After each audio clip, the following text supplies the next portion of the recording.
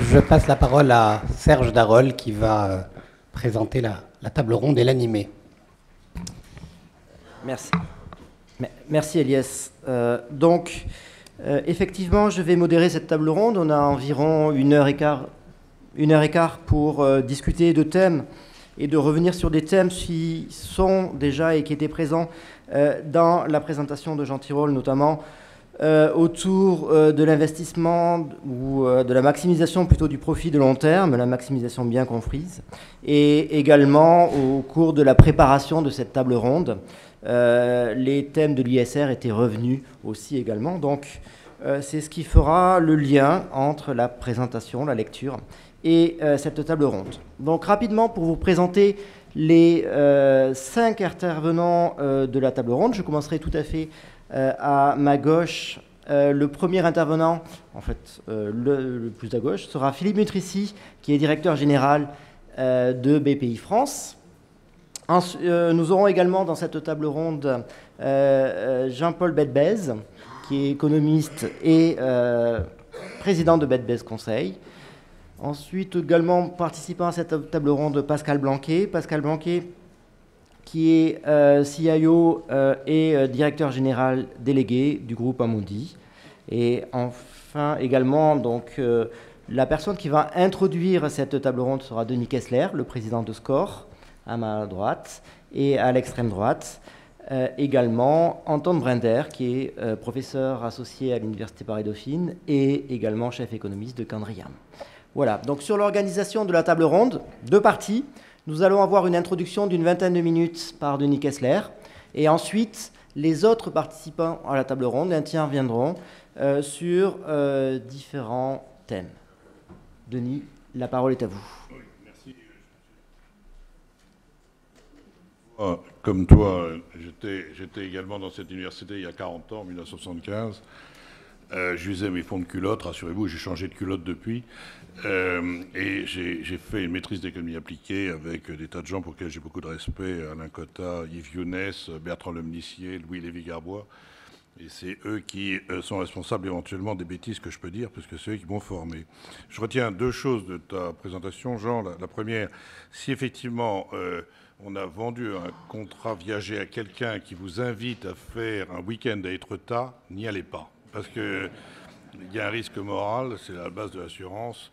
Et donc je propose, voilà un conseil gratuit, mais que je vous demande de respecter. La deuxième chose importante, c'est que je regrette en fait que le prix Nobel ne soit pas achetable, parce que c'était la seule condition pour laquelle j'aurais pu l'avoir. Et donc c'est une opportunité qui disparaît, et j'aime avoir devant moi des opportunités multiples. En 1975, je suis ici, il y a un livre célèbre qui s'appelle, de Arthur Okun, qui s'appelait Equity versus Efficiency, qui disait que les fonctions d'utilité collective, finalement, le choix d'une nation, c'est de privilégier, parce qu'on essaie d'atteindre les 2 objectifs. Est-ce qu'il faut davantage d'efficacité, davantage d'équité? Et la France a fait le choix davantage d'équité depuis exactement 1975, peut-être au détriment de l'efficacité. Et donc mon sujet, c'est exactement celui-ci, le financement de long terme des finances durables. L'économie française connaît une baisse continue de son taux d'accumulation. C'est absolument incroyable, tous les chiffres le montrent. Moi, je suis un accumulateur. Je pense que les nations doivent accumuler. Je pense que les générations successives doivent systématiquement laisser davantage aux générations qui montent que ce qu'elles ont reçu des générations précédentes. Tous les indicateurs le montrent. La France accumule moins. Le taux d'épargne national est de 20% seulement aujourd'hui. Il est inférieur de 6 points au taux d'épargne national allemand. Pas de secret de savoir que la productivité, la compétitivité, la croissance allemande est plus forte que la nôtre. Le trend est décroissant, donc la France accumule de moins en moins. Quand on prend la somme de l'épargne des agents économiques, entreprises, ménages et États. Et nous avons d'ailleurs une épargne insuffisante. La preuve, c'est que nous avons un déficit de la balance des paiements courants, ce qui montre bien que nous n'arrivons pas à autre chose, que nous n'avons pas financé la totalité de nos emplois, et nous devons reposer sur des financements extérieurs. Plein de pays, à l'heure actuelle, ont des excédents de leur balance courante, ce qui montre un signe de vitalité, c'est-à-dire que d'une manière ou d'une autre, ils accumulent, comme c'est le cas de la Chine, par exemple, des excédents records. 2, l'État n'investit plus guère. La dépense publique d'investissement n'est plus de 4% du PIB en 2013. Traditionnellement, Michel est là, l'État investissait, il n'investit plus. Il n'investit plus, contrairement aux années 60 et 70. En revanche, il s'endette pour financer les dépenses courantes. Alors si on parle d'investissement socialement responsable, Je demande immédiatement qu'avec un déficit public de 4,4 du PIB, un taux d'investissement de 4, ça veut dire qu'il n'est pas socialement responsable, puisque normalement, l'État devrait protéger les générations futures et il est parfaitement, absolument irresponsable, et il devrait évidemment se donner une règle de ne jamais reporter sur les générations futures le financement des dépenses courantes, qui est à mon avis, avant de nous donner de leçons sur le corporate governance, se l'appliquer à soi-même. Je trouve qu'un État qui ne donne pas l'exemple n'a pas la crédibilité de donner des exemples à ceux qui sont contraints, par exemple, à des règles de marché. L'investissement des entreprises stagne dans ce pays, 0%. Le dernier chiffre, 0% prévu pour l'industrie en 2014, un niveau très bas. La formation nette de capital fixe des entreprises non financières est de 1,5% du PIB. Le stock de capital en France vieillit parce que quand on n'investit plus, eh bien, l'obsolescence, le problème technique aidant, fait que le stock de capital n'a plus les vertus qu'il avait. Le taux de marge des entreprises, 29,6%, se situe à un niveau inférieur au taux allemand de 10 points, ce qui est absolument considérable. Évidemment, baisse avec l'alourdissement des prélèvements, je rappelle 5 points par rapport à 2008. Le taux d'autofinancement en France, parce que c'est une des manières de préparer l'avenir en dehors des financements longs, 75% en 2013, c'est moins de 25 points par rapport à 2000. Bref, nous avons une situation dans laquelle, quand on regarde la situation d'accumulation, donc de financement de long terme de l'économie, la situation n'est pas très favorable. Alors vous allez me dire les ménages, eh bien les ménages ont réduit leur accumulation. La FBCF des ménages représente 5,6% du PIB en 2013, c'est moins 1 point par rapport à 2007, et elle a continué de reculer en 2014. Madame Duflot a été vraiment une catastrophe que les réassureurs ne couvrent pas d'ailleurs, puisque on a divisé par 2 quasiment les mises en chantier de logement, et ceci est évidemment catastrophique pour l'activité, l'investissement et le bien-être d'ailleurs de ceux qui cherchent des logements et qui n'en trouvent pas. Et donc le retour de la croissance en France, je parle du long terme, passe par un redressement vigoureux de l'accumulation sous toutes ses formes en France. Parce que la baisse de l'accumulation, c'est un ralentissement de l'innovation et des gains de productivité. On parle de la croissance. Moi, je n'ai pas d'autre définition de la croissance que des gains de productivité dégagés par tous les agents économiques au fur et à mesure où, effectivement, ils mettent en œuvre leurs moyens de production. Et donc, on a une dégradation de la compétitivité. Et ce retard d'investissement aussi ne permet pas ce que j'appelle les investissements socialement responsables. Avant de faire des investissements socialement responsables, faisons déjà des investissements, parce que je ne vois pas comment introduire des technologies participant à la lutte contre le réchauffement climatique si les différents agents économiques ne font pas d'investissement tout court. Tout ceci me semble une évidence et d'altruisme dont finalement j'ai relativement honte. Le ralentissement de la croissance depuis le début de la crise est imputable à l'investissement résidentiel et non résidentiel, et non à la consommation publique et privée. 22% de FBCF perdus, c'est absolument considérable depuis 1987. Et donc le rebond ne peut venir que pour moi que de l'investissement, donc de l'accumulation et donc d'une orientation nationale en faveur du long terme, la préparation des échéances futures, que ce soit les générations immédiatement qui nous succèdent ou celles qui sont beaucoup plus tard. Alors le problème, c'est que cette baisse de l'accumulation du capital physique, que ce soit par les ménages, l'État ou les entreprises, on aurait pu finalement se dire on va faire un énorme investissement de capital humain, société de la connaissance, et donc on va miser sur le capital humain si on n'est pas capable d'accumuler du capital physique. Vous connaissez la situation. Je vais faire une citation totalement apocryphe de Jean-Baptiste Say. Faites de l'épargne et faites des enfants. Faites au moins un des deux, abstenez-vous de faire aucun des deux. La France est arrivée à faire ni l'un ni l'autre, ce qui est assez fort. Et en plus, lorsqu'on a fait des enfants, on ne les éduque pas suffisamment pour pouvoir, eux, avoir des gains de productivité dont eux-mêmes bénéficieraient et la totalité de la société. À ce titre-là, nous avons loupé l'entrée dans la société de l'investissement et dans la société de la connaissance. Il y a donc un énorme effort d'investissement à faire pour la collectivité nationale pour retrouver un taux de croissance de 2 à 3%, ce qui n'est pas génial, mais bien inférieur au taux de croissance américain aujourd'hui. Pour ça, il faudrait augmenter nettement l'investissement, notamment la formation nette de capital fixe, pour rattraper en partie notre retard maintenant par rapport à d'autres pays, notre retard de compétitivité. Je suis pour l'investissement fondamentalement. Ça stimulera l'innovation, dégage des gains de productivité, alimente la croissance. Et d'ailleurs, la situation américaine, regardez, la reprise américaine est basée sur l'investissement, où la reprise est portée par la digitalisation, la robotisation et des gains de productivité qui se diffusent dans l'économie par l'accumulation de capital. Alors, pour ceux qui souhaiteraient un effort pour contribuer à la lutte contre le changement climatique, il faut davantage d'investissements. Ce ne sont que des investissements. la véritable orientation vers une croissance moins coûteuse en carbone, plus respectueuse de l'environnement, respectant le stock de matières premières, passe par un effort massif d'investissement. D'abord, pour mettre au point les technologies qui permettent d'obtenir ces nouvelles techniques de production moins carbonivores, moins utilisateurs de matières premières. Et donc, de toute façon, on n'en sort pas. L'investissement, c'est l'alpha et l'oméga, que l'on soit productiviste comme c'est moi, ou environnementaliste. Normalement, ces deux courants devraient se rejoindre autour d'une mobilisation de la collectivité nationale, autour d'un fort effort d'accumulation intégrant les considérations, les externalités dans l'ensemble de nos programmes, que ce soit d'ailleurs par des réglementations adaptées ou que ce soit par des actes volontaires de la part des entreprises qui y trouveraient un certain intérêt.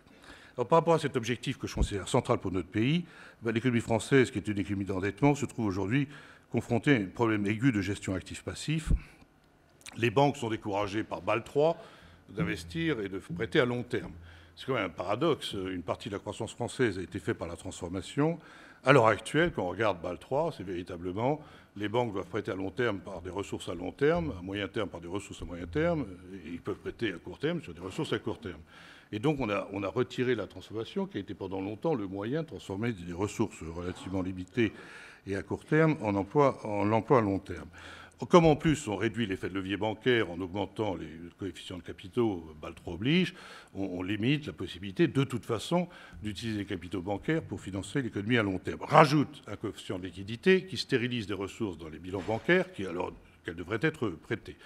Donc la réglementation bancaire nouvelle est exactement dans le sens contraire de l'intérêt national des économies modernes, qui serait de financer un effort d'accroissement, un accroissement formidable de l'investissement. Les assureurs sont dans la même situation. On nous a imposé Solvabilité 2, on nous dissuade d'investir en actions, en private equity et en obligations corporate. En revanche, si on investit dans des obligations publiques, il n'y a aucune capital charge et nous incitons à faire quelque chose qui est totalement improductif, qui est de financer les dépenses courantes de l'État, alors que nos ressources devraient être, qui sont généralement de duration relativement longue, utilisées entièrement pour orienté vers l'entreprise et finalement le haut de bilan des entreprises ou les investissements physiques durables. On a interdit les fonds de pension en France, c'est un vieux tache noire. On regarde le financement durable et le financement de long terme dans les autres pays. Il est assuré en partie par les fonds de pension dont la duration est évidemment supérieure à celle que ce soit de l'assurance vie ou que ce soit des financements bancaires. Tout ça pour financer quoi? Préserver le monopole français de la répartition, évidemment, dont les déficits sont traduits par une augmentation des prélèvements qui stérilisent l'épargne. L'État français a siphonné les timides tentatives de fonds souverains. Le FSI, on en parlera tout à l'heure, n'a jamais dégagé réellement de capacité. Alors quand on compare ça, les fonds souverains étrangers, beaucoup de pays ont utilisé le fonds souverain pour financer à long terme les développements de leur économie.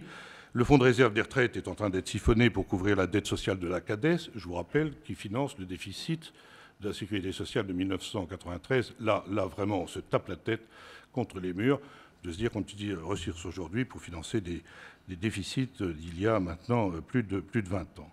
L'État prévoit de continuer à stériliser une part importante de l'épargne disponible pour financer quasi exclusivement les dépenses courantes.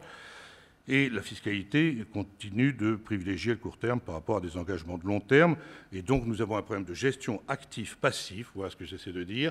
On devrait avoir à la fois plus d'actifs et de plus long terme. Donc, c'est du côté national l'effort d'accumulation à tous les niveaux, ménages, État, entreprises. On devrait donc faire une gestion active-passive que j'appelle nationale, allonger les ressources et augmenter les ressources qui financent l'accumulation. Donc c'est une transformation du bilan de la France, je vais dire à tous les niveaux, et pour ça, il faudrait des politiques fiscales rénovées, il faudrait des politiques financières rénovées, et il faudrait que l'on puisse obtenir cet effort fondamental de financement de l'offre. Dans ce cadre-là, l'investissement socialement responsable a du sens. Ce serait un des principes à mettre en œuvre dans cet allongement des perspectives françaises, allongement à l'actif, allongement au passif, amélioration de la qualité, gestion actif-passif et critères, j'allais dire supplémentaires, complémentaires aux investissements qui sont faits. Alors la solution pour moi passe par la transition de l'économie d'endettement et de l'économie d'épargne préalable, ce que j'appelle l'économie de fonds propres, maintenant c'est tout à fait commun, au niveau des entreprises qu'au niveau national.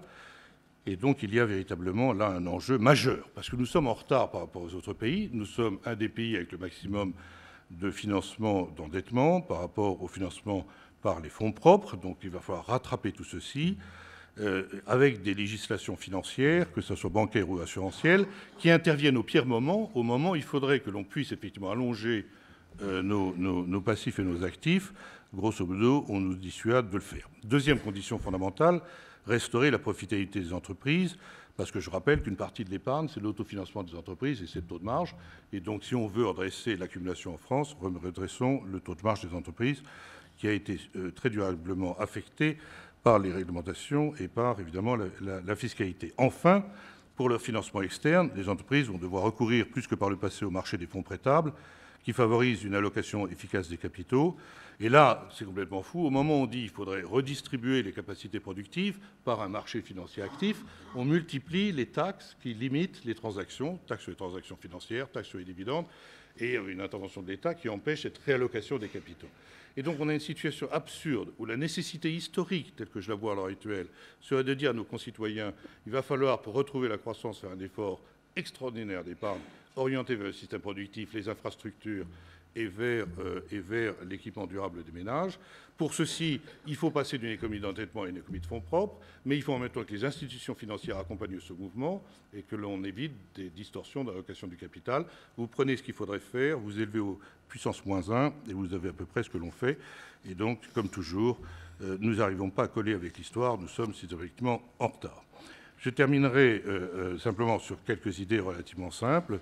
D'abord, je pense qu'il faudrait effectivement allonger la duration du passif de la France. Donc ça, c'est la tâche aveugle. Je suis, en ce qui me concerne, pour favoriser l'épargne très longue, retraite, fonds de pension, arrêter l'extension de la répartition, puisque je considère pour ma part qu'il y a un effet d'éviction extrêmement fort sur les fonds prêtables à long terme. Et donc, c'est une réforme à la fois sociale et fiscale qu'il faudra mettre en œuvre, avec un principe très simple. Tous les agents économiques qui s'engagent sur le long terme doivent être privilégiés par rapport aux agents économiques qui s'engagent sur le court terme. 2, il faudrait mettre fin à l'effet d'éviction de la dette privée par la dette publique et de l'épargne privée par les cotisations sociales. Pour cela, l'État doit cesser de désépargner. C'est la raison pour laquelle je salue l'excédent budgétaire allemand et que je condamne le déficit budgétaire français. Accroître ses investissements d'infrastructures, notamment dans le cadre de partenariats publics-privés, et autofinancer ceux-ci autant largement que possible. Et enfin, je suis en faveur, en ce qui me concerne, de fonds souverains, pas d'un, mais de plusieurs, sanctuarisés et dédiés à des priorités de financement à long terme, notamment du haut de bilan des entreprises, liées notamment à la lutte contre le changement climatique et la finance durable. C'est un vaste programme. Le temps passe. Souvent, on me dit qu'il est trop tard pour le mener. Je ne désespère jamais. Et je pense que dans la longue lutte depuis 1975, où j'ai commencé à faire de l'économie entre les répartiteurs d'un côté et redistributeurs d'un côté et les accumulateurs de l'autre, de ceux qui croient qu'effectivement il faut retrouver la croissance pour assurer la paix sociale et l'harmonie sociale, je pense que le moment est venu peut-être de donner la priorité aux seconds, après 40 ans de domination de ceux qui pensent que l'avenir, nous serons tous morts. Je rappelle quand même cette phrase, à long terme, nous serons de nouveau là, parce qu'il y aura de nouveau un court terme, et que derrière nos générations, il y en aura d'autres. C'est la raison pour laquelle je ne désespère jamais que la finance soit au service de la croissance. Pour ceci, il faut l'allonger et l'orienter vers les placements productifs de tous les agents économiques, que l'État cesse de stériliser les ressources de la nation. Voilà mon introduction.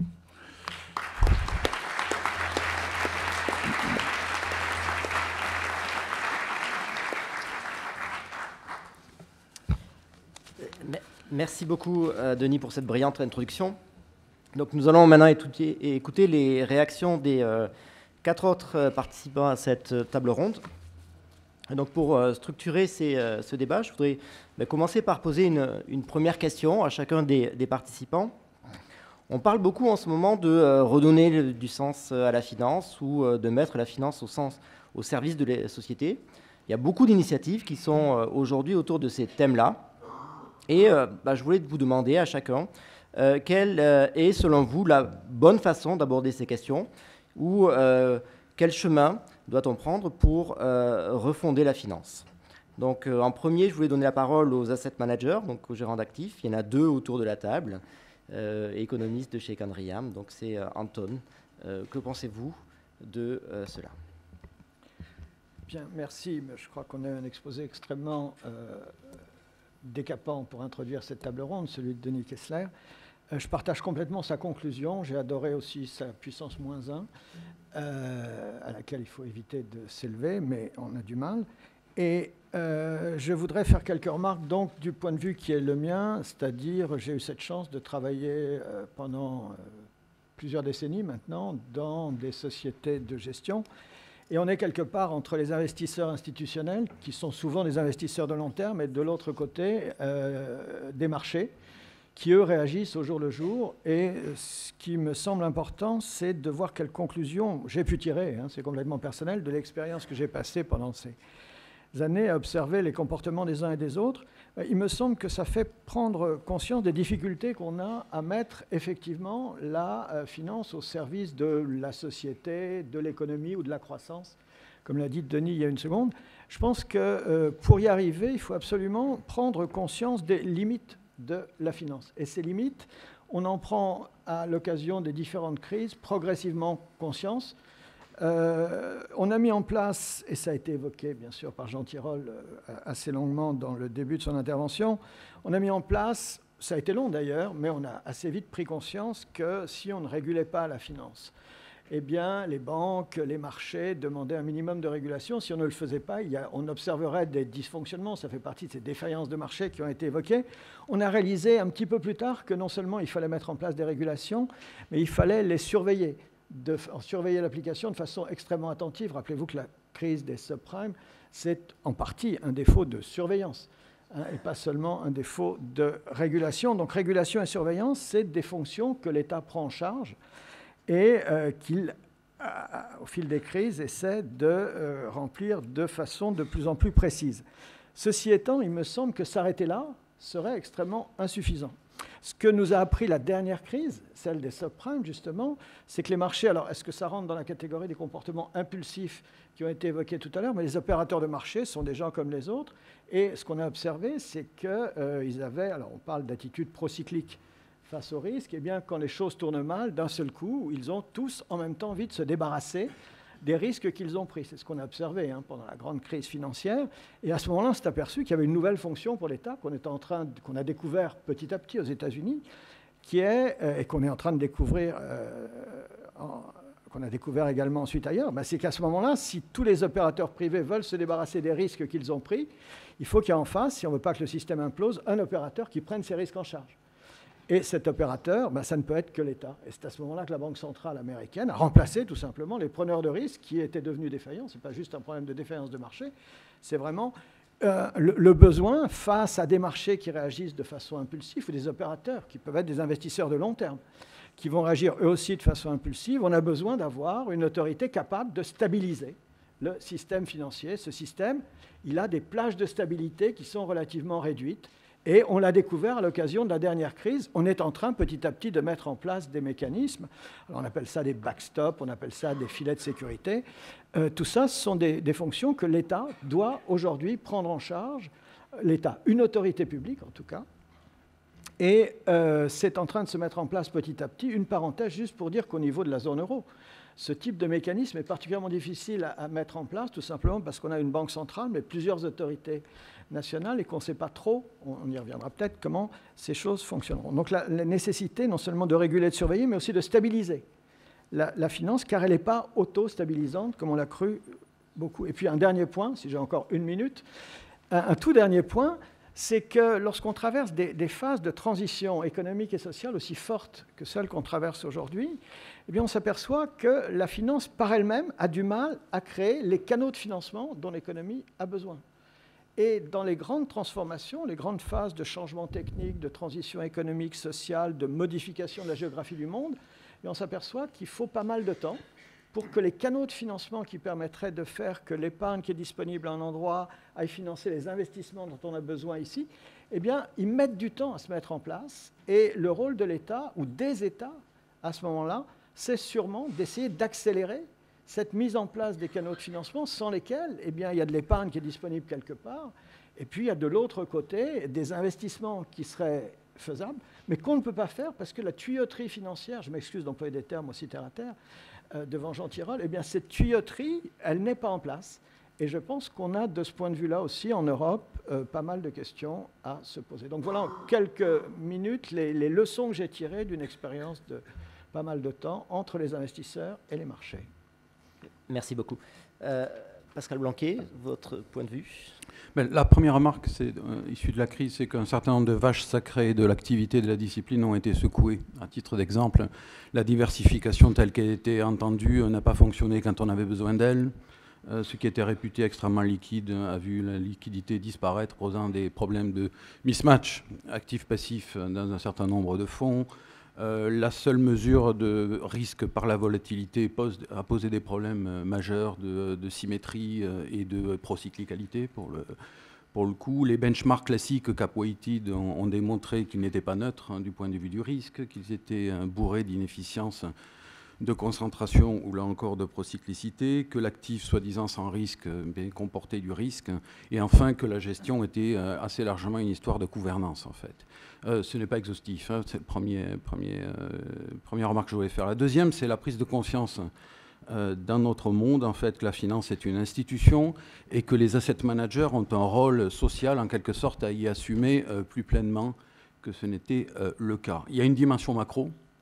C'est le gap, enfin l'écart choquant, obscène pourrait-on dire, entre les excédents d'épargne et de réserve, j'en fais un tout, qui peuvent exister au niveau mondial et les besoins d'investissement inassouvis, ici ou là, dans le monde développé ou émergent. Et de ce point de vue-là, la position naturelle d'un asset manager est celle d'une machine à recycler ces excédents vers la croissance long terme, l'économie réelle, a-t-on dit. C'est d'ailleurs, en mon sens, un des sujets principaux macro en Europe. Certes, la France est en déficit, mais la zone euro est en surplus courant, reflétant une demande agrégée insuffisante. Et un de ses principaux problèmes macro est celui de recycler ces excédents courants au sein de la zone euro et sous les bonnes formes, mais aussi en dehors de la zone euro. Alors tout ça à un moment où l'État et les banques, pour des raisons différentes, ont une capacité de financement qui a baissé, ce qui a, d'une certaine façon, rehaussé les attentes vis-à-vis des asset managers. Soyons clairs, les asset managers ne vont pas se substituer aux banques dans le financement, mais on voit qu'ils ont un rôle croissant dans un certain nombre de canaux de transmission. Et enfin, à un moment où les facteurs de type ESG ou ISR ont fait l'objet d'une attention justifiée et croissante, qu'il faut voir comme des facteurs de risque non rémunérés, idiosyncratiques, et asymétriquement distribués au travers des entreprises, en fait, qui posaient une question aux investisseurs. Alors tout cela débouche pour moi sur le vrai challenge, c'est la constitution de l'investissement de long terme, qui est un combat, hein, soyons clairs. D'abord parce qu'il ne va pas de soi. Ce n'est pas un concept aisément observable.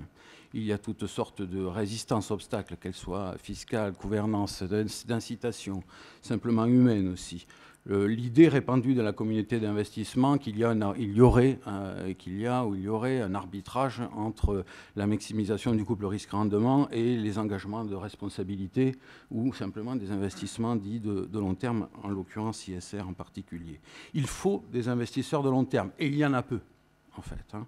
Il y en a peu. Les investisseurs de long terme sont des gens qui pensent que le concept de valeur existe. Or, les doutes sont venus dans la crise. Beaucoup de gens ont fini par baisser les bras, pensant que les marchés étaient livrés à des irrationalités diverses, de la volatilité des esprits animaux, pour faire court. Il faut croire qu'il y a de la valeur, qu'il y a des facteurs de création de valeur, qu'ils soient systématiques ou idiosyncratiques, surtout lorsqu'ils sont faiblement rémunérés. Il faut penser qu'il y a des inefficiences à exploiter, des market failures. Il faut penser, donc ça c'est le premier bloc fondamental en fait. Deuxième, c'est la gouvernance. La gestion, c'est de la gouvernance, en fait, et une grande partie des sujets d'investissement de long terme sont des sujets de gouvernance. Il faut des gens qui puissent mettre en place, hein, et il faut en avoir les moyens, des disciplines d'investissement qui sont fondamentalement contrariennes, qui vont à rebours des procyclicités multiples. L'humain est procyclique, la réglementation est procyclique, les gouvernances sont souvent procycliques. Plus profondément, pour un asset manager comme moi ou Amundi, il s'agit de tenir compte des externalités générées par nos propres investissements. C'est une question qui s'adresse à nous.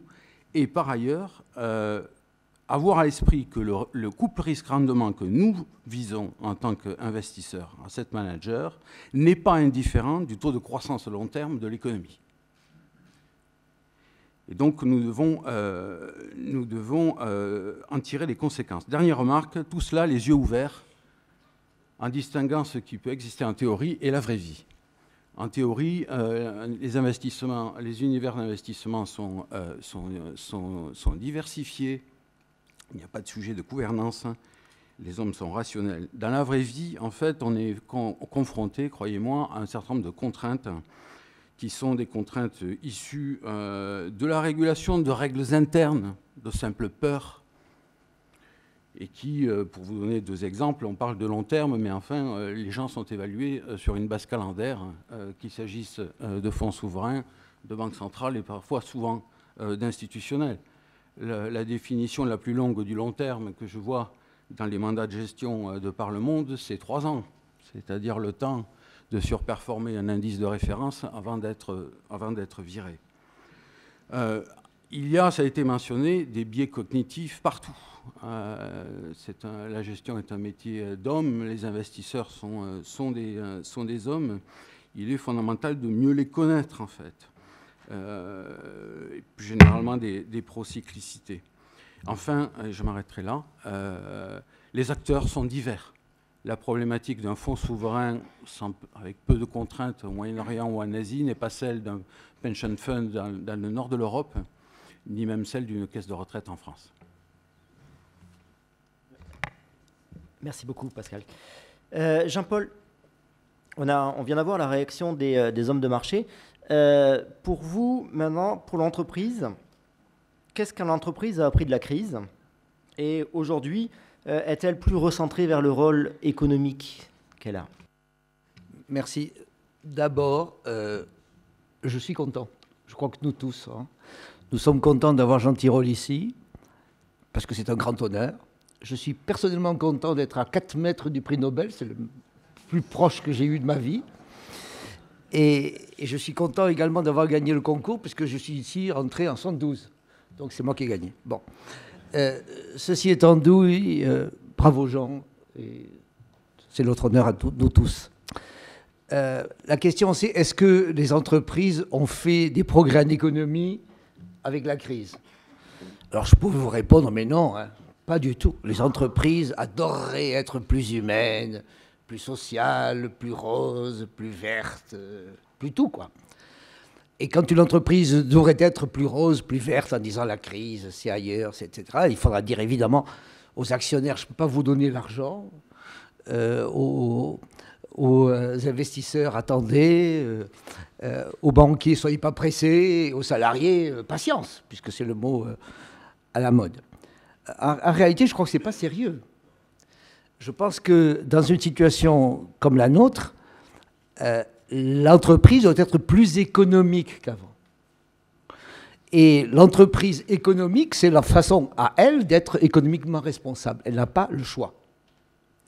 Sa responsabilité sociale, c'est d'être économique et d'expliquer pourquoi elle est là. Tout le monde veut faire de l'investissement long.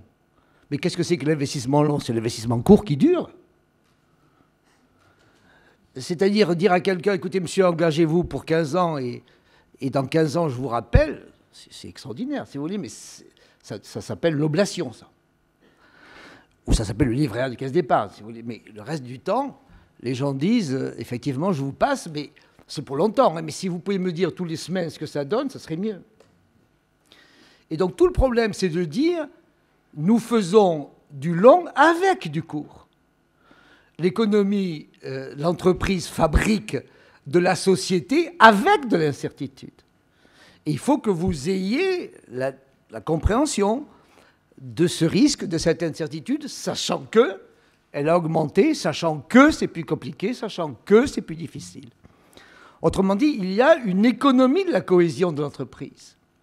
Et cette économie de la cohésion, il faut qu'on l'apprenne. Il faut qu'on l'apprenne dans un monde plus ouvert, dans un monde plus compliqué, dans un monde nécessairement plus coopératif et plus collaboratif, parce qu'il sera plus économique.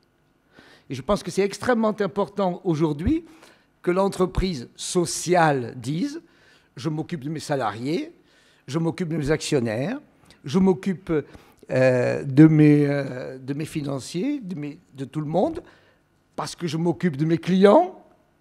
Et comme je m'occupe de mes clients dans ma durée, qui sont la forme de base de ma durabilité personnelle, je suis durable, évidemment. Et c'est cette façon de fonctionner qui doit être expliquée dans l'entreprise. Quand l'entreprise dit « voici mes valeurs », les gens disent « mais c'est étrange ». Ou quand vous avez Steve Jobs qui dit « stay foolish, stay hungry », c'est ça qu'il dit. « Stay foolish always, stay hungry always ». C'est-à-dire, soyez constamment économiquement efficace, économiquement conscient de ce que vous faites. Et d'une certaine manière, c'est comme ça que vous changerez le monde. Merci. Merci beaucoup. Non, Philippe Mutrissi, la BPI, aujourd'hui, est le nouveau instrument de politique économique de l'État, un nouveau instrument de politique de l'État. Et quel est le rôle de la BPI dans cette réflexion sur la nouvelle finance ?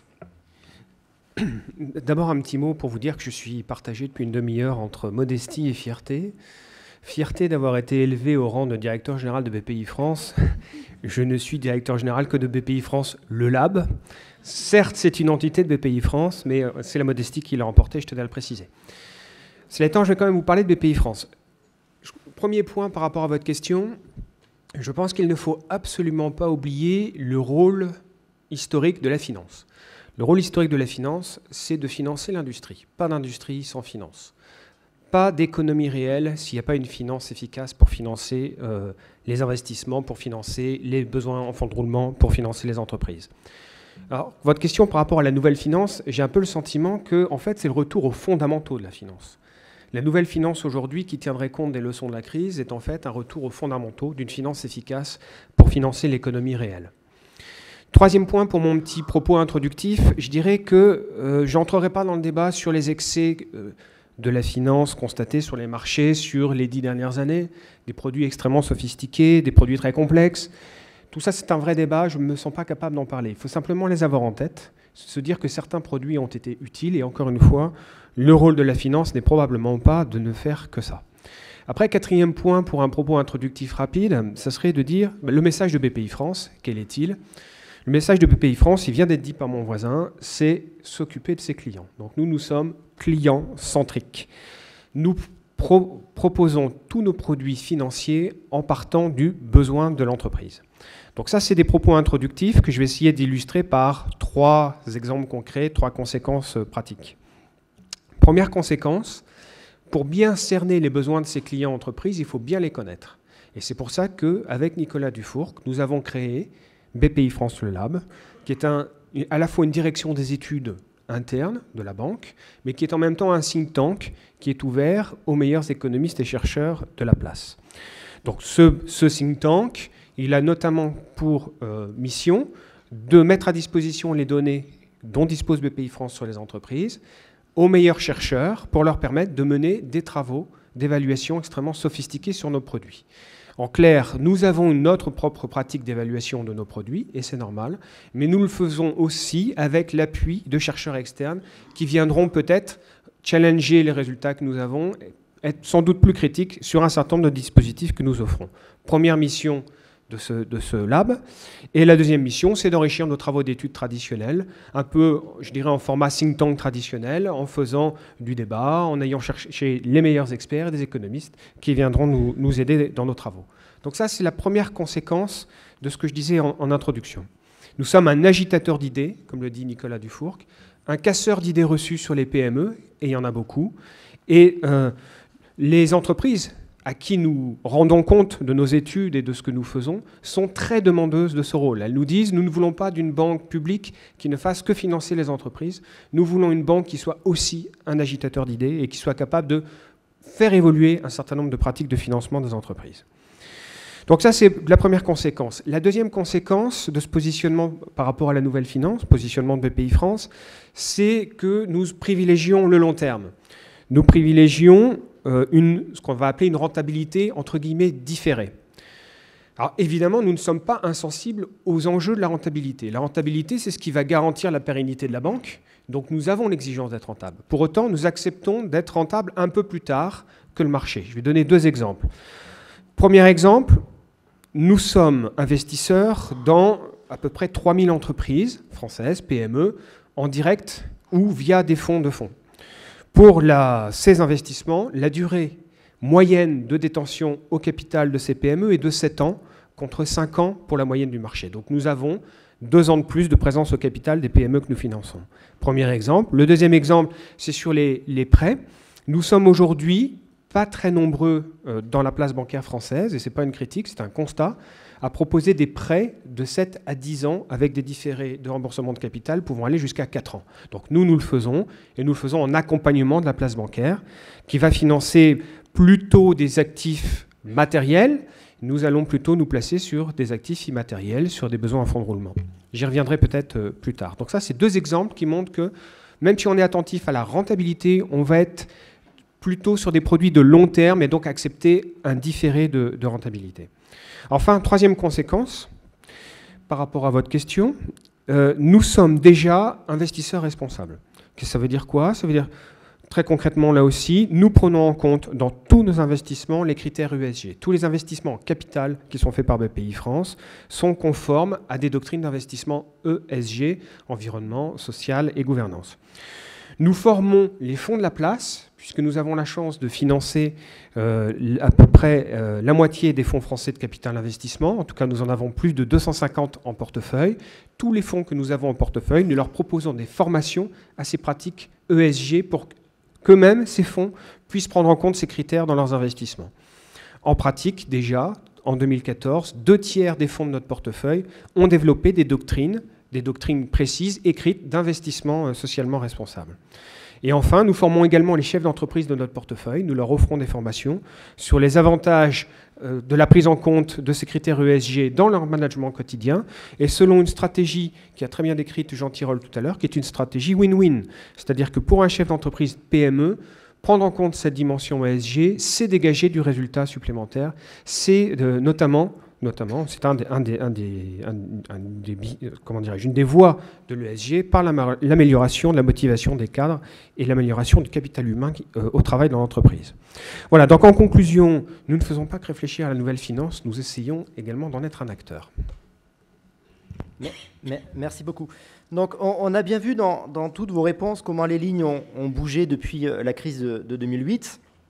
Et je vous propose maintenant de faire un peu de prospective, de se projeter, et de voir maintenant, d'avoir votre sentiment sur le chemin qu'il reste à parcourir, et notamment sur les nouveaux risques auxquels on pourrait faire face dans les prochaines années.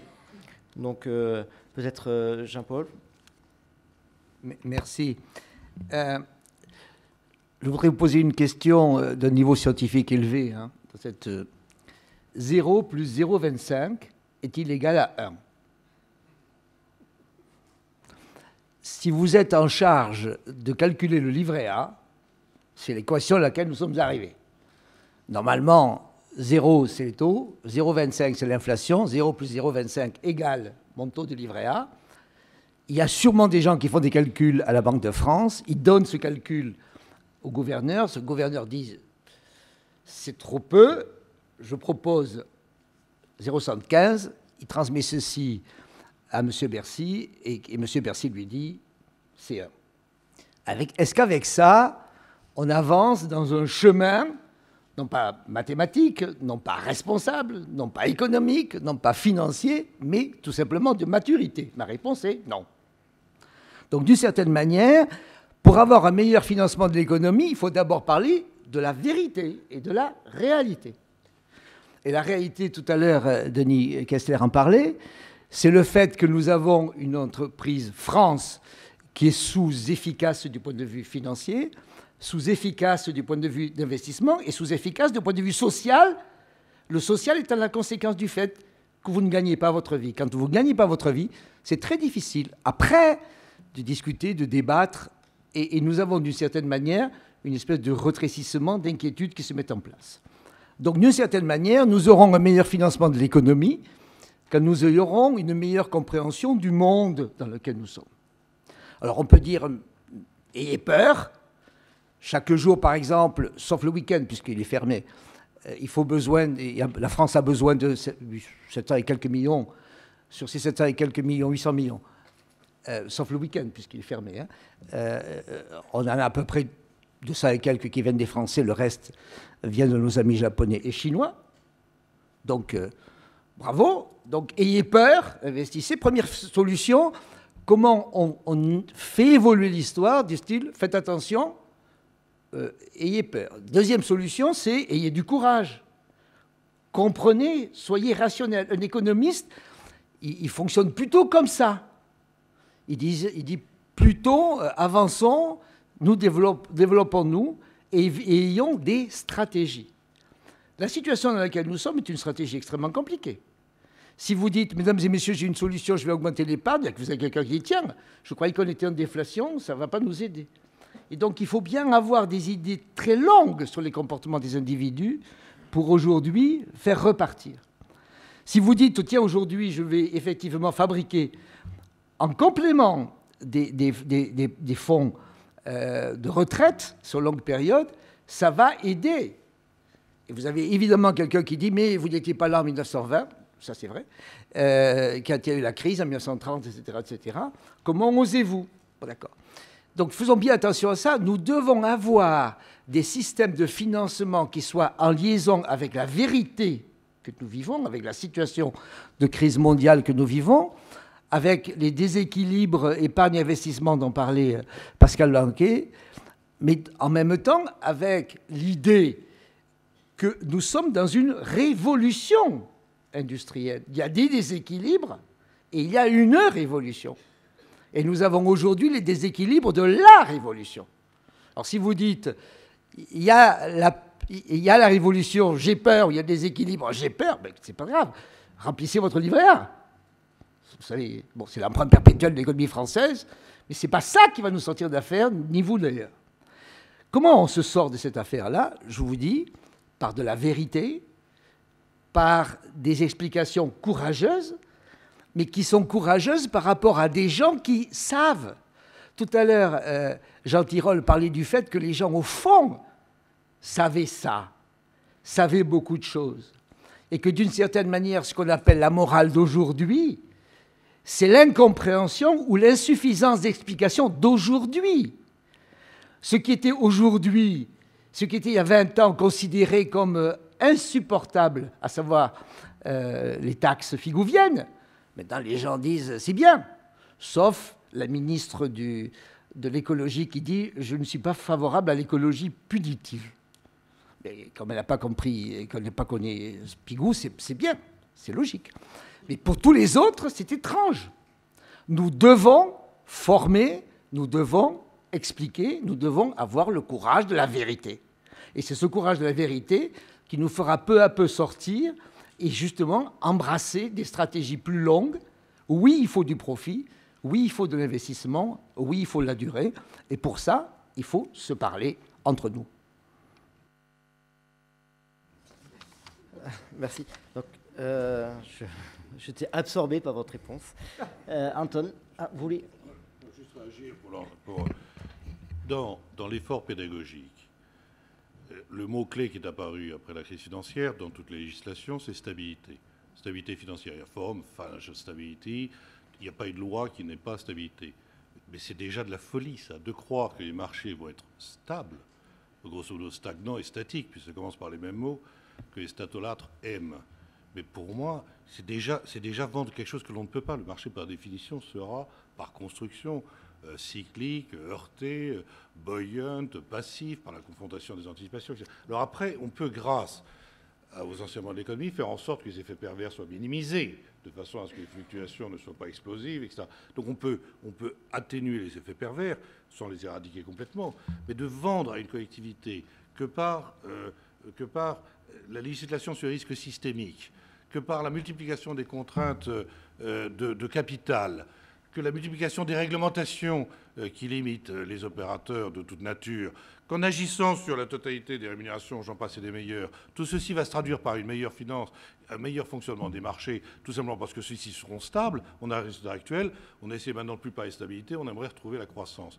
Mais je veux dire, l'aversion risque des décideurs publics a été considérable le lendemain de crise. Ils ont légiféré dans la précipitation et dans la chaleur de l'histoire. Les effets pervers se multiplient et on a fait un mauvais... Alors le seul problème, c'est que pour changer de législation en Europe, il faut être 27 autour de la table, 28. Évidemment, il y a des effets de clivage considérables. Beaucoup de législations sont mondiales, donc là, c'est plus maintenant 28 Européens, c'est quasiment tout le monde autour de la table. Et comme il y a des jeux stratégiques, parce que les législations n'ont pas les mêmes effets dans chacun des pays, on est rentré dans un système autobloquant dans lequel, je pense, et là, tout à l'heure tu as dit il faut remettre la finance au service de la croissance, la réponse est oui. Je pense que ça va être un long chemin. Il est facile de réglementer, extrêmement difficile de déréglementer, lorsque même on a l'évidence des effets pervers des réglementations qui est mise en place. Donc oui, à une meilleure coordination et une régulation optimale, ça je suis évidemment d'accord, et je pense que là il y a beaucoup de travaux économiques qui permettraient de savoir quel est le taux de faillite optimal dans un système financier donné, que sais-je encore, mais pas au point de bloquer tout le système qu'on sait à l'heure actuelle, qui se traduit par deux choses, j'aurais terminé. Les volumes ne sont pas ce qui devrait être de financement. Deux, les allocations sont perturbées par les décisions qui sont faites à l'heure actuelle. La collectivité paye un prix extrêmement élevé à l'heure actuelle, et je souhaite que the House of Finance of University of Paris Dauphine takes the lead in order just to convince regulators, supervisors, you know, to change their state of mind, not her state of mind, their state of mind. Merci. J'ajoute quelque chose, Denis. C'est que les régulateurs nous aident. Hein. C'est-à-dire que le régulateur, c'est le problème de la capture du régulateur. Mais l'endroit où ça pète, c'est ailleurs. Et ça pète beaucoup plus fort. Donc aujourd'hui, plus tu régules dans le lieu A, plus ça sautera dans le lieu B. Ça peut vous aider peut-être. Anton ? C'est difficile d'intervenir après ce débat. Je sais que l'anglais va être obligatoire dans certains enseignements à Dauphine l'année prochaine, mais je ne pensais pas qu'on avançait le moment. Non, plus sérieusement, je suis malheureusement, j'allais dire, d'accord avec Denis sur un certain nombre de points, en particulier sur le fait qu'à vouloir trop régir la prise de risque, on est en train d'une certaine façon, tuer la prise de risque. Et c'est un petit peu ça le risque que je vois aujourd'hui, et même de faire naître des risques. En particulier dans un certain nombre d'activités de marché.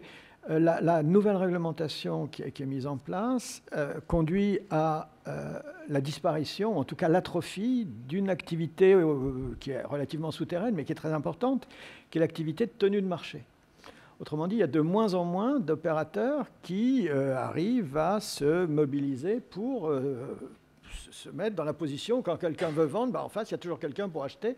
On n'a pas besoin d'avoir des mouvements de prix démesurés pour que le marché s'équilibre. Ça, c'est le résultat des chocs qu'on vient de subir et de la réglementation qui est mise en place. Alors, quel problème ça peut poser? On parle des nouveaux risques, ceux qu'on voit devant nous. Le problème que ça peut poser, c'est qu'aujourd'hui, ça n'en pose pas trop, parce que les principaux marchés en Europe, il faut s'en rappeler, sont les marchés obligataires. Et les marchés obligataires, c'est surtout les marchés de dette publique.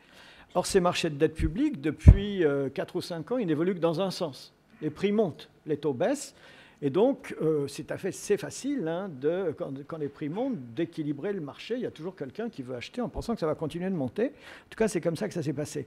Le gros risque qu'on peut voir, compte tenu de cette atrophie de l'activité de tenue de marché, c'est qu'est-ce qui va se passer lorsque on va arrêter d'être dans cette phase. Alors, demain, la BCE va annoncer qu'elle va tenir le marché.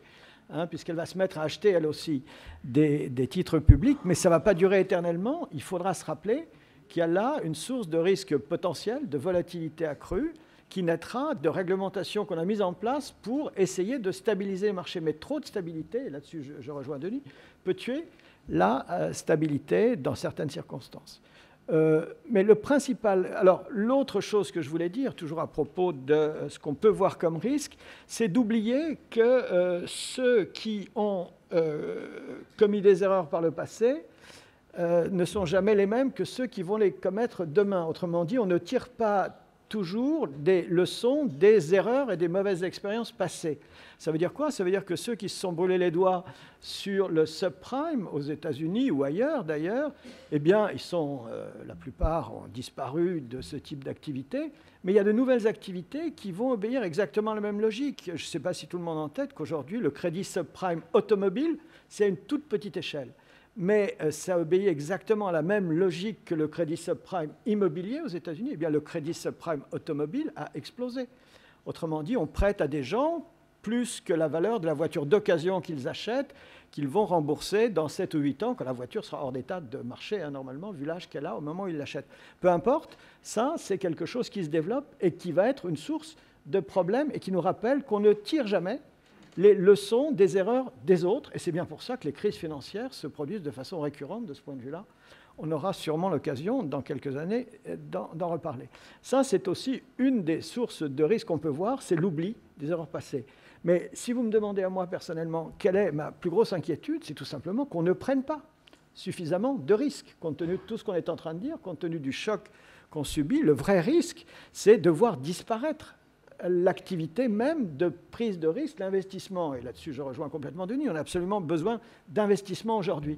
Le paradoxe de l'Europe, je ne parle pas de la France, qui est d'ailleurs le pays d'Europe dans lequel l'investissement en équipement des entreprises, là-dessus je ne suis pas du tout d'accord avec le constat que faisait Denis, l'investissement des entreprises jusqu'à l'année dernière, jusqu'en 2013, il a été le plus dynamique en France. De tous les pays d'Europe, c'est en France que l'investissement des entreprises, jusqu'à il y a 1 an et demi, a le plus cru par rapport au début de la crise.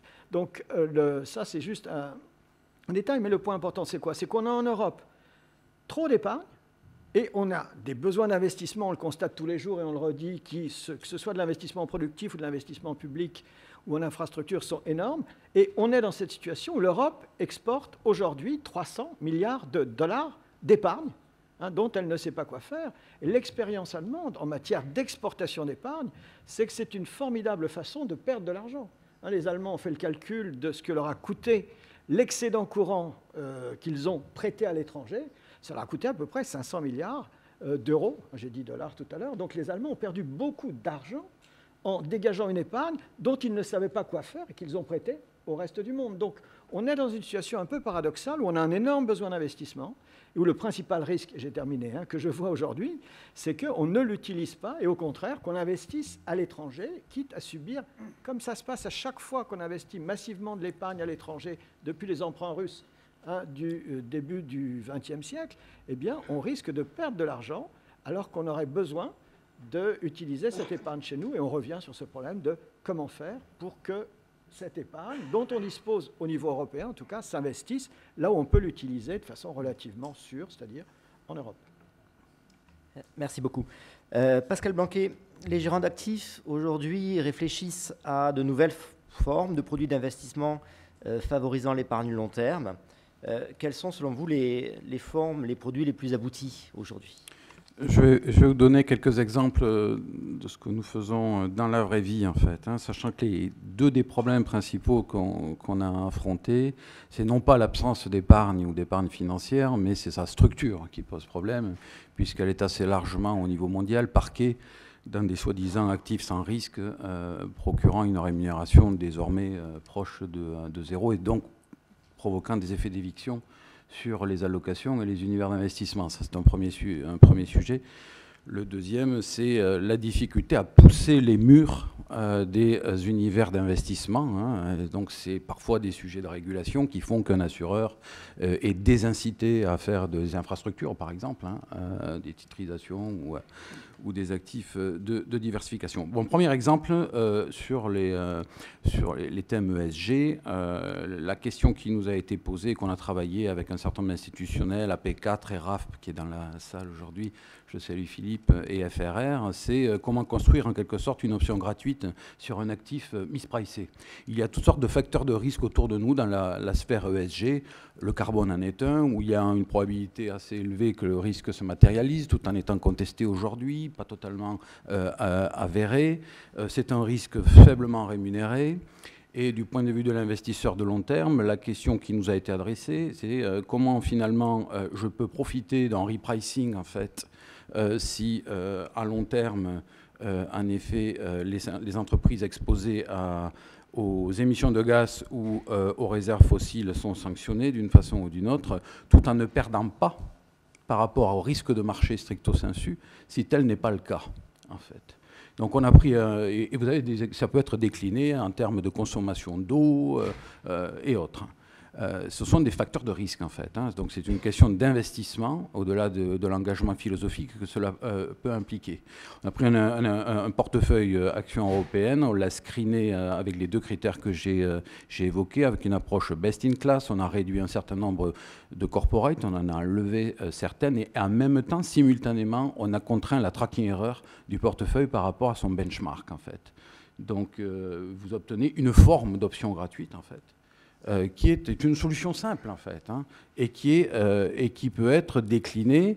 Et donc, dans un deuxième temps, nous avons pris notre canne et notre chapeau. Nous sommes allés trouver MSCI, proposer la construction d'indices allant dans ce sens, et proposer, avec Ban Ki-moon aux États-Unis, on a fait partie des membres fondateurs d'une initiative consistant à demander aux institutionnels dans le monde de simplement diversifier X% de la gestion qu'ils ont aujourd'hui dans le monde passif, en fait, cap-weighted. Puisque cela, ce sont des masses qu'on peut bouger. Voilà un exemple. Le deuxième, c'est sur les infrastructures. On est dans les investissements long terme, l'économie réelle, etc. Le sujet, ce n'est pas l'appétit aujourd'hui. L'appétit est grand de par le monde, les fonds souverains, mais pas que. Le sujet, c'est de trouver des opportunités. Donc c'est un sujet d'origination, en fait. Et donc là, on est allé voir donc, les gens d'EDF et on s'est mis d'accord pour créer une joint venture asset management. Hein, c'est une première, en fait. Un leader industriel, un leader de l'asset management. L'idée est pour EDF d'originer des investissements dans les énergies renouvelables.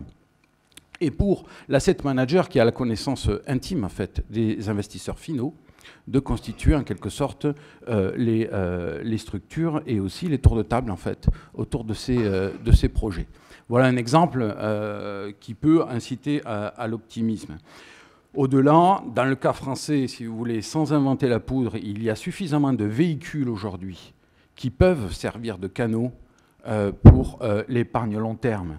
Le PERCO, là, le PERCO peut voir sa base élargie en nombre de salariés ou en fléchage de l'intéressement à participation sur le PERCO. On a le PEA.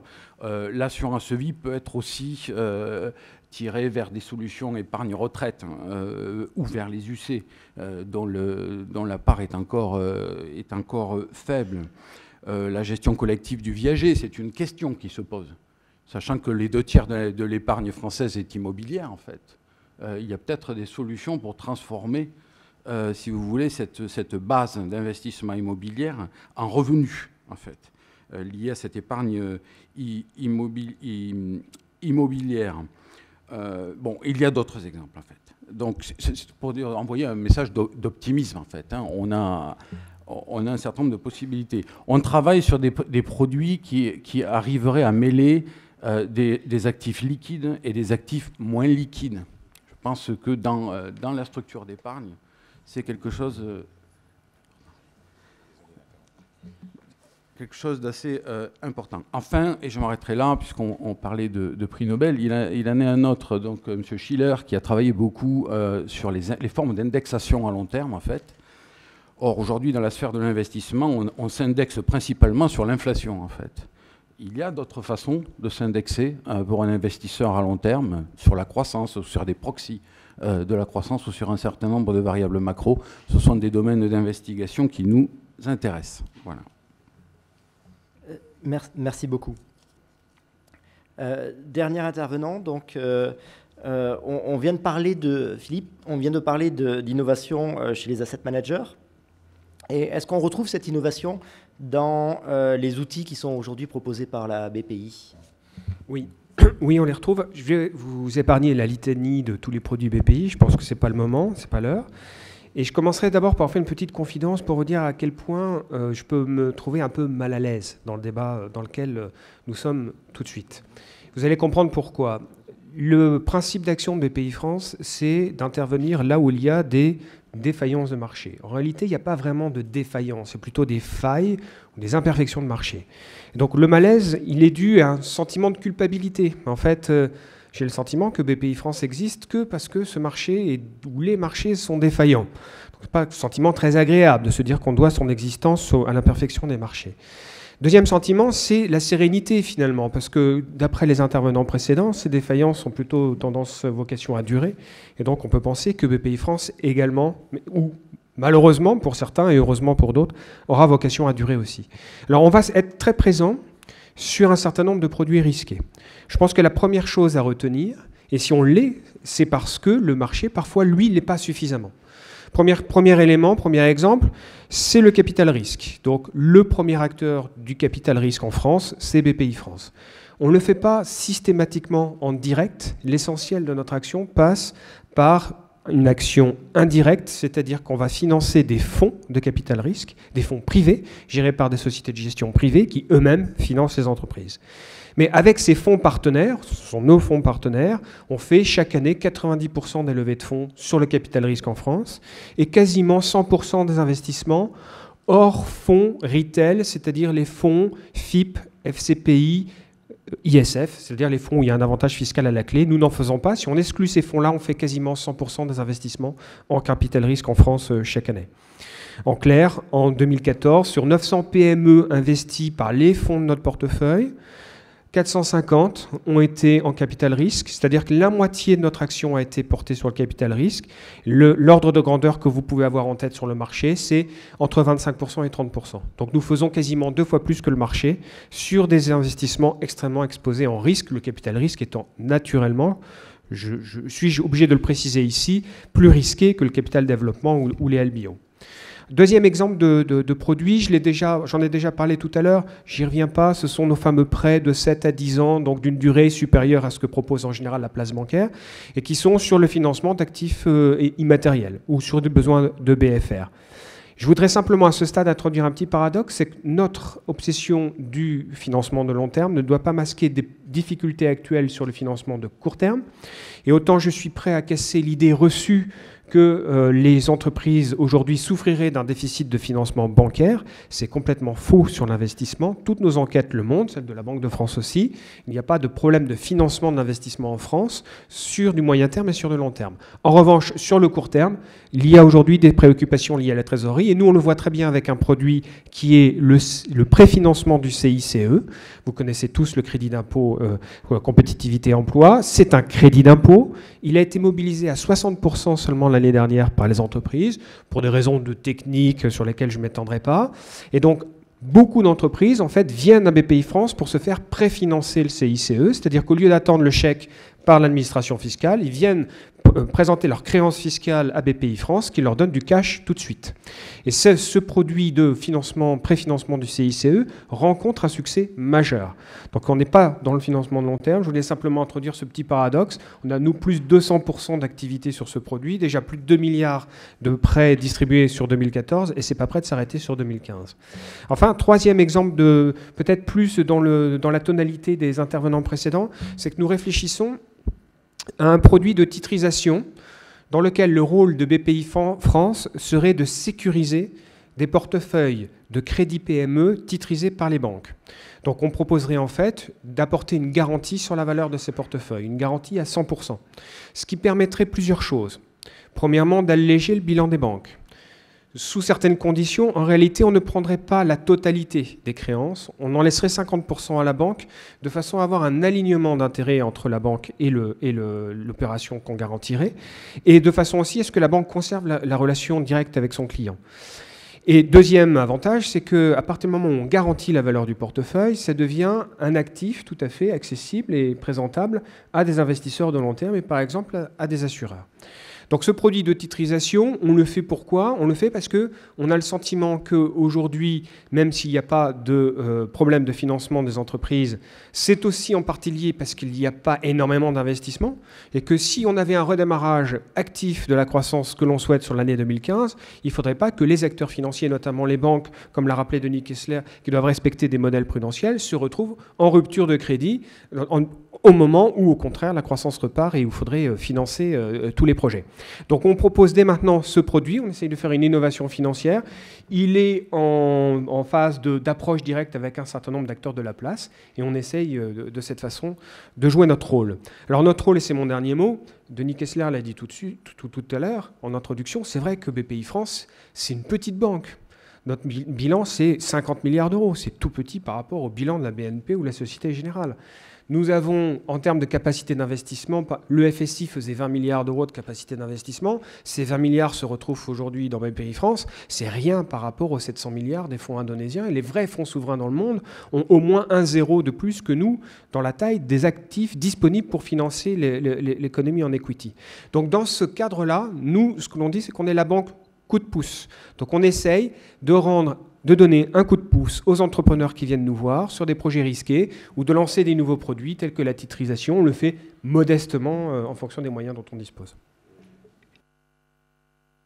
Oui, monsieur Butrici, mais quand même, l'histoire du CICE, je vous écoutais et je me tape la tête par terre. Vous y êtes pour rien, donc vous y êtes pour rien. Donc vous êtes absous. Mais que l'État, je ne peux pas résister. La folie de cet État fait qu'on a des charges sociales délirantes. Comme il n'a pas un sou, il promet des allègements de charges demain, après-demain. Il n'a pas un sou, il est complètement bon. Plutôt que de baisser les charges. Et il dit, vous aurez des crédits d'impôt. Et donc, grosso modo, on reporte de 3 ans, 4 ans. Et après, il me demande à une banque publique de dire, je vais faire la daïsation, le préfinancement du crédit d'impôt. Mais baisser les charges. Et donc, on appelle, où est la création de valeur dans tout ce truc-là? Zéro. Mais pas création de valeur, destruction de valeur. C'est le genre de truc, c'est l'usine à gaz franco-française qui ne sert à rien. Donc, vous y êtes pour rien, rassurez-vous. Je dirais à M. Dufour que vous êtes battu comme un chien contre, mais très honnêtement, pour ça que citez pas cet exemple comme finance moderne. C'est pour ça que je disais tout à l'heure mon malaise. Oui, c'est ça. C'est ça, il y a un malaise parce qu'il y a une forme effectivement de réponse. Un grand malaise. Moi, j'ai pas pu résister. On est obligé d'apporter des réponses aux entreprises. Pas pu résister. Non, je pas pu. Parce que là, vous avez complètement raison, mais les entreprises non plus l'ont pas demandé et elles ont besoin de la trésorerie. Elles en ont besoin tout de suite. Donc nous, qu'est-ce qu'on fait? On est pragmatique. On ne peut pas changer le système, on n'a pas la capacité. L'État est notre actionnaire, donc on fait un produit qui essaie de pallier les défauts. Ça s'appelle la cavalerie, ça. Hein. C'est-à-dire qu'en réalité, comme le déficit budgétaire ne pouvait pas être monté tout de suite, il est monté d'une année ou de 2 ans, et donc vous faites de la cavalerie. Mais c'est pas grave, hein, vous ne serez pas poursuivi pour autant, puisque personne n'est au courant. Je vous propose de... Merci. Non, juste une minute parce que Pierre Delauzun n'est pas présent et donc il manque une voix dans ce débat. Rassurez-vous, je vais être extrêmement bref, mais vous parlez de l'avenir. Il me semble que l'une des raisons pour lesquelles on peut être optimiste, Anton Brender l'a rappelé tout à l'heure et cela a été confirmé. En dépit des difficultés, en dépit des nouvelles réglementations, en dépit de tout ce qui a pesé sur le système financier français, celui-ci a financé l'économie française tout le temps, depuis le démarrage de la crise. Dès 2008-2009, les banques françaises ont financé, ont augmenté leurs encours de crédit à l'économie, à un moment où dans tous les autres pays européens, les encours de crédit à l'économie diminuaient. Et elles ont continué de le faire depuis lors. Et il est exact, en effet, comme l'a rappelé Anton Brender tout à l'heure, que les entreprises ont augmenté leurs investissements à un moment où les investissements diminuaient chez nos voisins. Et cette augmentation des investissements a été effectivement financée par le système financier français, car les taux d'autofinancement se sont écrasés pour des raisons évidentes. Les taux de profitabilité des entreprises ont beaucoup chuté. Et donc c'est en raison de la solidité du système financier français qu'en définitive notre pays a traversé moins mal que d'autres toute cette période de crise. Et le deuxième message que je voulais passer, puisque Denis Kessler a évoqué tout à l'heure la question des financements publics, je crois qu'il faut se rendre compte que l'un des grands objectifs que nous devons avoir est bien de réduire, et de réduire aussi rapidement que possible, le poids que l'État fait peser sur l'économie française en termes de dépenses publiques. Le président de la République lui-même l'a dit à plusieurs reprises, 57% du PIB, c'est insupportable pour l'économie concurrentielle. Donc, c'est mortel pour la compétitivité des entreprises françaises. Il faut que l'effort que l'État a décidé de faire dans ce domaine soit accompagné par l'opinion publique pour qu'il puisse être poursuivi, pour qu'il puisse être mené à son terme et qu'on revienne à une situation d'équilibre des finances publiques. Il se trouve que j'ai servi l'État pendant une petite partie de ma vie. Au début de ma vie professionnelle, j'ai assisté à 4 années successives de résultats budgétaires excédentaires. C'était les années 1970-1974, et à l'époque, la somme des 5 exercices a été un excédent. Depuis lors, on n'a plus jamais revu, non pas l'équilibre, si je puis dire, mais la proximité de l'équilibre, ce qui est encore quelque chose d'autre. Il est indispensable d'en sortir. Et pour reprendre la formule qu'utilisait tout à l'heure Anton Brender, il a dit, en gros, la zone euro est une zone qui globalement est excédentaire en épargne. C'est vrai. Et donc, cette situation excédentaire en épargne est un avantage pour la zone euro, mais en même temps une menace sur la valeur de l'euro sur les marchés, puisque tôt ou tard, cela conduira à une appréciation de l'euro. Donc, il faut utiliser cet avantage, comme il l'a indiqué, en investissant. Mais parmi les différents pays de la zone euro, il y a ceux qui sont en excédent et ceux qui sont en déficit. Il se trouve que nous sommes un pays en déficit et que notre déficit des paiements courants, qui représente 2% de notre produit intérieur brut, est une faiblesse à l'intérieur de la zone euro, puisqu'elle nous met en quelque sorte dans une situation de contradiction d'intérêts avec les Allemands. Donc il est incontestable qu'il faut que les Allemands réduisent leur excédent, qui est au-delà des limites prévues d'ailleurs comme raisonnables par l'Union européenne, c'est-à-dire 7% du produit intérieur brut, mais il est urgent que la France réduise son déficit. Elle est d'ailleurs, à ma connaissance, je me trompe peut-être, le dernier pays de l'Union européenne à se trouver en déficit de ses paiements courants aujourd'hui. Donc il faut qu'elle sorte de cette situation anormale, ce qui permettra en effet de rétablir une situation dans laquelle les entreprises auront les financements à long terme pour investir, tout simplement parce que l'État cessera de prélever 4 à 5% du PIB chaque année sur l'épargne nationale pour ses propres besoins, et parce que d'autre part, l'extérieur redeviendra, comme c'est assez logique, neutre par rapport à notre situation. Pardon, Monsieur le Président, et merci de m'avoir donné la parole.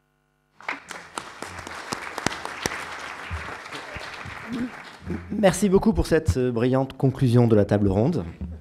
Donc, vous avez très bien fait mon travail. Et il nous reste juste à remercier tous les participants à cette table ronde.